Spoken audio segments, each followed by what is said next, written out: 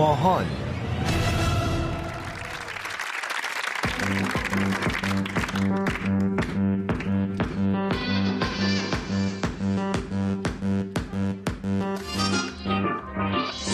بیخبر یه روز اومد سر زد و رفت، خواب بودم وقتی اومد در زد و رفت.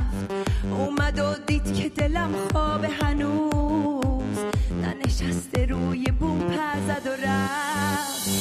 اونی که نور امیده میگن از خدا رسیده، تو سیاهی شب من او مثل صبح سپیده.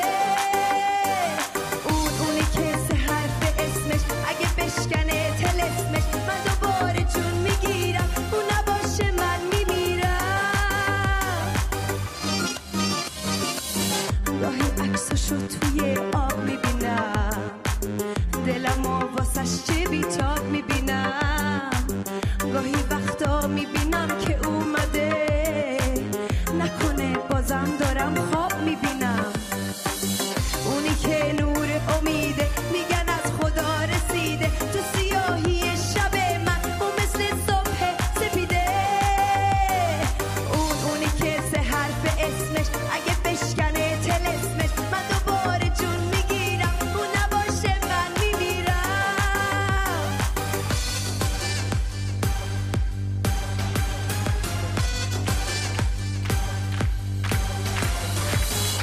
خبر یه روز اومد سر زد و رفت، خواب بودم وقتی اومد و دید که دلم خواب هنوز، ننشسته روی بوم پر زد و رفت. اونی که نور امیده میگن از خدا رسیده، تو سیاهی شب من او مثل صبح سپیده. اونی که سه حرف اسمش اگه بشکنه تلسمش، من دوباره جون میگیرم، اون نباشه من میمیرم. اونی که نور امیده میگن از خدا رسیده، تو سیاهی شب من او مثل صبح سپیده. اونی که سه حرف اسمش اگه بشکنه تلسمش، من دوباره جون میگیرم، اون نباشه من میمیرم.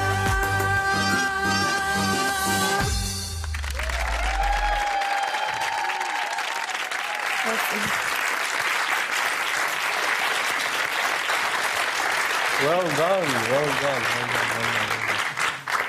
خانم گوش بفرمایید. ماهان جان، تو یک پرفورمری رو صحنه. پرفورمنس تو خیلی دوست دارم، برای اینکه نمیدونم مال خود میکنی، یعنی با حرکاتت تو برای صحنه ساخته شدی. چه برنده بشی چه نشی، you're the one for the stage.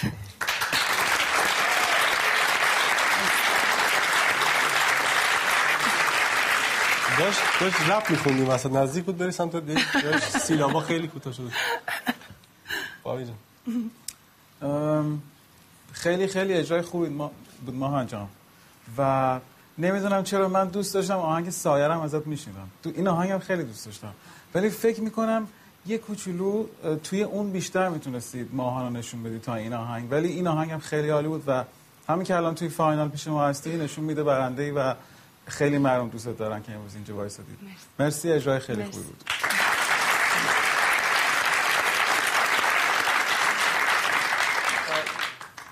ماهان جان، یکی از چیزهای جالبی این اجرا وقتی که عوض کردی قطعت رو، پرسیدی خواستی تصمیم خودت بود، یکی از چیزهایی که من خوشحال بودم که انجام میشه این بود که یه مقدار ریتمیک هم میدونی، برای که چیزای دیگه که تا حالا خونده بودی هر دفعه البته نو بوده براش هر دفعه یه شعر جدید، یه موسیقی جدید، یه فرم جدید، اینم در حقیقت یه چیز جدیدی بود که آدم بتونه ببینه. شما آهنگ ریتمیک 6 و 8 بله 6 و 8 معروف رو چجوری خیلی مردم هم خیلی خوششون اومده بود، انشالله تو خونم خوششون اومده، همونجوری که بابک گفت حتما تا حالا خوششون اومده که به اینجا رسیدی. شما 4 تا هر 4 تا به نظر من برنده هستین و این همونی هستش که حالا اول دوم سوم چهارم یه اسمه که در حقیقت اضافه میاد. همین که جز فینالیستا هستین اینجا بهترین چیز هست. با یاد قمیشی عزیز.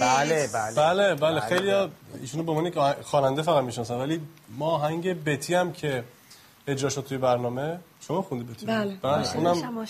اونم ساخته قمیشی. بسیار عالی. از همینجا به قمیشی عزیز درود میفرستم.